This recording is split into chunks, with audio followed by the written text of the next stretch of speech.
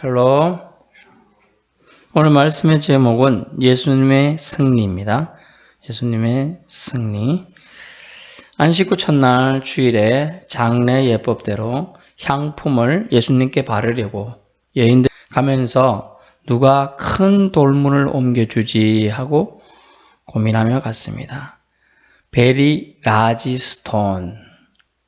돌은 돌인데 매우 큰 뜻이죠. 매우 크다. 결국 사람의 한두 명의 힘으로는, 특히 여인들의 힘으로는 옮길 수 없다는 뜻을 강조하고 있고, 실질적으로 돌문을 3-4명의 장정들이 열고 닫았다.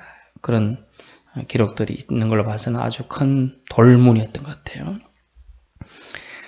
4절 말씀에 벌써 돌문이 열려 있었다라고 되어 있습니다. 벌써 돌이 굴려져 있는데 그 돌이 심히 크더라. 다른 번에 보니까 굉장히 크더라. 이런 번역이 있어요. 아마 뭔가 낌새가 느껴졌을 겁니다. 문이 열려 있으니까. 쌩한 느낌이 나는 것 같아요. 무덤에 용기 내어 들어가 보았습니다. 예수님은 안 보이고, 물론 예수님이 시체죠. 흰 옷 입은 한 청년이 앉아있어 놀랐습니다. 6절에 보니까 무덤 속에 있던 청년이 증언하는데요. 놀라지 말라. 너희가 십자가에 못 박히신 나사렛 예수를 찾는구나. 그가 살아나셨고 여기 계시지 아니하니라. 보라, 그를 두었던 곳이니라 라고 말해주고 있습니다. 예수님의 무덤은 사실은 빈 것이 아니죠. 열린 것입니다. 열린 것. 비어있는 것처럼 느끼지만 열고 나오신 것이요. 예수님에게 있어서 무덤과 예수님에게 있어서 죽음은 장애물이 될 수가 없기에 그것을 해치고 나오셨다는 의미로 쓰여 있는 것이 여기에 단어에 있는 굴려져 있다라는 표현을 통하여 열린 무덤을 알 수가 있는 거죠. 그래서 성지 순례라 가는 사람들 보면 이렇게 예수님이 계셨던 곳이다 이런데 그 무덤에 이런 글자가 섞여 있다고 합니다. He is not here. 그는 이곳에 계시지 않다. For, 왜냐하면 He has risen. 그는 살아나셨기 때문이다. 일어나셨기 때문이다. 기억해 보세요. He is not here. For He has risen. 어떤 번역에는 He is risen. 이런 표현이 있어요. 기억해 주셔도 좋을 것 같아요. 그는 이곳에 계시지 않습니다. 그는 살아나셨기 때문입니다. 일어나셨기 때문입니다. 예수님의 부활을 강력하게 표현하고 있는 문장이 되겠습니다. 7절. 그래서 어떻게 했습니까? 가서 땡땡땡 전하라 라고 하세요. 7절. 가서 그의 제자들과 베드로에게 이르기를 예수께서 너희보다 먼저 갈릴리로 가시나니 전에 너희에게 말씀하신 대로 너희가 거기서 배우리라 하라 하는지라 라고 전하라고 하는 거죠. 너희보다 먼저 갈릴리로 가시니 거기서 배울 것이다 라고 그가 전해줍니다. 8절. 무서워서 몹시 놀라 떨며 몹시 놀랐죠. 그 다음에 떨려요. 이게 어찌된 일인가 이런 두려움도 생기고요. 그런데 나와서 무덤에서 이게 무덤 안에 있어서 그런가 악한 귀신이 역사하나 이런 생각도 들었을지도 몰라요. 떨면 나와 뒤끝이 막 뒷골이 땡기고 막 머리가 쭈삣쭈삣하고 이런 느낌도 있을 수도 있죠. 있어야 되는데 없는데 한 청년이 뜬금없이 앉아있고 그가 말하는 거예요. 물론 다른 병행 구절에서는 천사가 이렇게 표현이 되어 있어요. 왜냐하면 마가복음은 누구를 위한 복음입니까? 이방인을 위한, 로마인들을 위한 복음이니까 신적이라든가 히브리인들이 사고로 이해할 수 있는 그런 표현을 삭제한 거예요. 사실 일부러 회피한 거죠. 피했다. 사실 천사가 이렇게 나오는데 마태복음 같은 경우는 여기서는 그냥 청년이라고 표현하고 있잖아요. 마태가 기술했을 때는 날개가 있는데 마가가 볼 때는 없었을까요? 있었다는 거죠. 그렇게 전했었을 거예요. 그런데 로마인들이나 이방인들이 보면 무슨 꿈 같은 얘기냐? 천사라니? 이렇게 하면 다 거짓말처럼 받아들일지 모르기 때문에 그런 것을 위한 배려해서 쓴 것이라는 걸 염두에 두고 우리는 말씀을 접해야 합니다. 몹시 놀라 떨며 나와 무덤에서 도망하고 무서워합니다. 아무에게도 사실은 그럼 결론이 어떻게 됐어요? 8절에 말하지 못했더라. 너무 두려움에 잡힌다든지 너무 황당한 일을 겪는다든지 너무나 어처구니 없는 뭐 그런 일을 당한다든지 이러면 말을 하지 못하게 되는 거죠. 말을 하게 돼요. 용기가 없어서 말을 못할 수도 있고 두려워서 말을 못할 수도 있고 아니면 아무 이유 없이 말을 했다가는 해코지 당할까 봐 그런 생각도 들 수도 있는 거죠. 근데 그거는 8절에는 몹시 놀랬어요. 도망치고 가는데 이게 내가 꿈인가 생신가 막 이런 생각도 드는 거예요. 그때 아무에게도 말도 못한 것이 실질적으로 이 여인들의 지금 살아나신 그 예수님을 직접 보지 못했잖아요. 마태복음 28장에 나오지만은 예수님이 너 왜 울고 있느냐? 누굴 찾고 있느냐? 이런 부분들이 있는데 그런 부분들이 지금 없단 말이에요. 예수님 부활하신 걸 직접 모르는 장면이 지금 하나도 없어요. 천사가 한 얘기밖에 없는 거예요. 사실 한 청년이라 표현된 천사가 한 얘기밖에 없는 거예요. 근데 이제 시간이 얼마나 지나서 모르겠습니다만 10절에 가니까 근데 9절 시작할 때 보면 이 괄호같이 표시된 게 있죠. 보입니까? 9절 앞부분 그리고 20절 끝부분에 또 괄호 닫기가 있죠. 보니까 주에 이렇게 달려있죠. 어떤 사본에는 9절부터 20절까지가 없음 이렇게 되어 있어요. 예, 그 왜 추가되었다 이런 얘기도 있습니다. 그래서 10절에 마리아가 가서 예수와 함께 하던 사람들이 슬퍼하며 울고 있는 중에 이 일을 알려요. 마리아는 시간이 이제 자기도 울었는지 이제 정신이 든 것 같아요. 아무 말도 설명 못했다는 8절 이후에 시간이 얼마나 지났는지 뭐 1시간이 지났는지 30분이 지났는지 알 수는 없습니다. 이제 정신이 들었는지 10절에 마리아가 가서 용기를 냅니다. 알려요. 제자들에게 가서 알리고 함께 슬퍼하는 사람들이 슬퍼 울고 있는 중에 말을 합니다. 우리가 무덤에 갔는데 예수님에게 장례 예법대로 향품을 바르려고 갔는데 부어주려고 갔는데 예수님은 안 계시고 한 청년이 앉아가지고 뜬금없는 소리를 하더라. 그가 살아나셨고 우리보다 먼저 갈릴리로 가셨단다. 거기 가면 배울 수 있대. 만날 수 있대. 라고 전하라 하더라. 여러분 저는 전했습니다. 이제 그 얘기하는 거예요. 그러자 생각나는 사람도 있겠죠.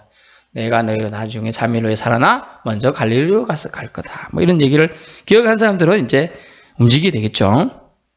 11절 예수께서 살아나셨다는 것, 마리아에게 보이셨다는 것 누가복음 8장 2절에 나오는데 16절 9절은 듣고도 믿지 아니한다 문제 나오죠. 11절 그들은 예수께서 살아나셨다는 것, 마리아에게 보이셨다는 것 듣고도 믿지 아니했다. 이게 보통 사람들의 사고방식이고 마가복음을 접한 이방인들, 로마인들의 사고방식은 이렇다는 거죠. 논리적이죠. 로마의 사고방식이 뭐예요? 그리스 헬라 철학, 그리스 로마 철학 기본적 사상은 합리성이에요. 합리성. 이성주의예요. 스토이시즘. 그것들은 뭐예요? 논리적으로 맞지 않으면 믿지 않는 거거든요. 그래서 논리적으로 비약되거나 너무 황당한 것들은 의도적으로 기록하지 않았음을 알 수가 있어요. 그리고 제자들도 그들은 예수께서 살아났다는 것, 마리아가 보이셨다는 걸 듣고도 믿지 않았어요. 그리고 결국은 듣는 것, 제대로 듣는 게 믿음의 처음이고 마지막이에요. 잘 듣는 것이 시작이지만 그것은 결국은 마지막이다.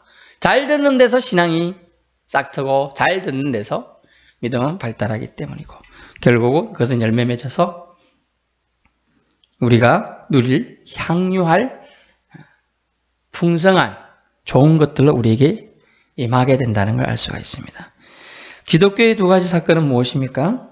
성탄절이죠.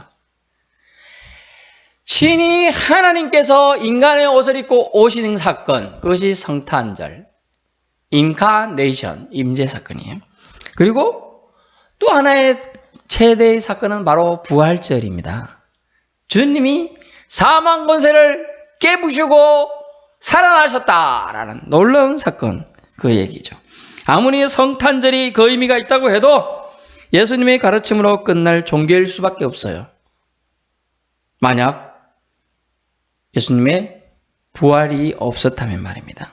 이 부활은 결국 기독교와 다른 종교가 다른 유일무이한 절대자를 섬기는 참 구원의 생명의 종교임을 말해주는 큰 차이점이고 궁극적인 차이점이고 이것으로 인하여 진짜 종교냐 가짜 종교냐가 구분이 되는 거예요.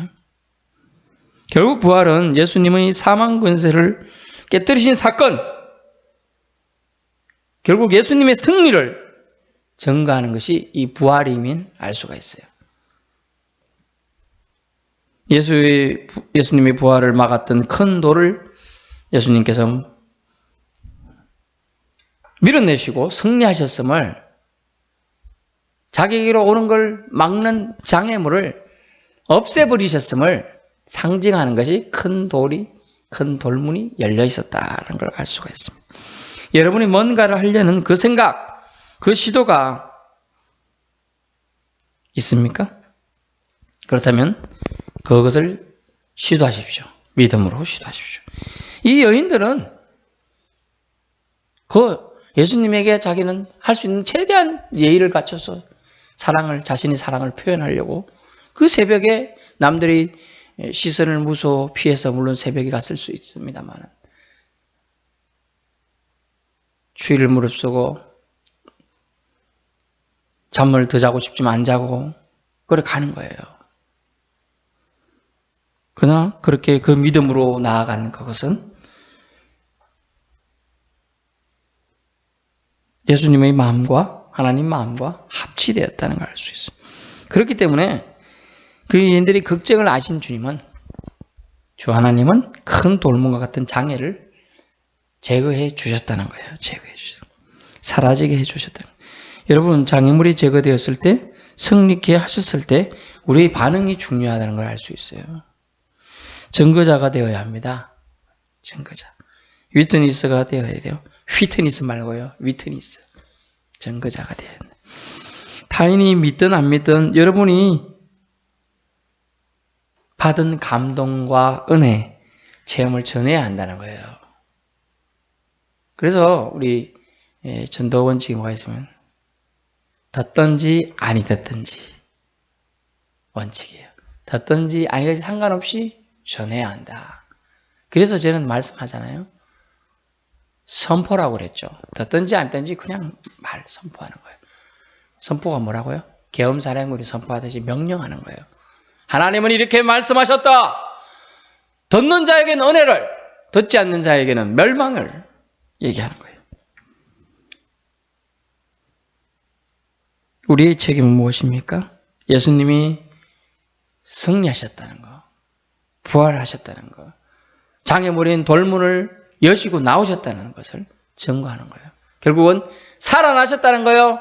여러 사람처럼 살다간 죽은 인생이 아니라 살아나신 하나님의 아들임을 증거하는 것. 그것이 예수님이 승리하시고 살아나신 이유이니까요. 그래서 우리는 남들이 믿든 안 믿든 전하는 것, 그것이 우리의 사명이라는 거예요. 그래서 우리는 다시 10절을 볼 필요해요. 10절. 마리아가 가서. 13절. 두 사람이 가서. 기억해야 돼요. 여러분이 믿은 것을 가서 전하십시오. 가서 전해야 한다. 이것이 저와 당신의 믿음이, 여러분들의 믿음이 되어야 한다는 겁니다. 예수님이 승리하셨기에 여러분도 승리하실 것을 믿습니다. 기도하겠습니다. 주님 감사합니다.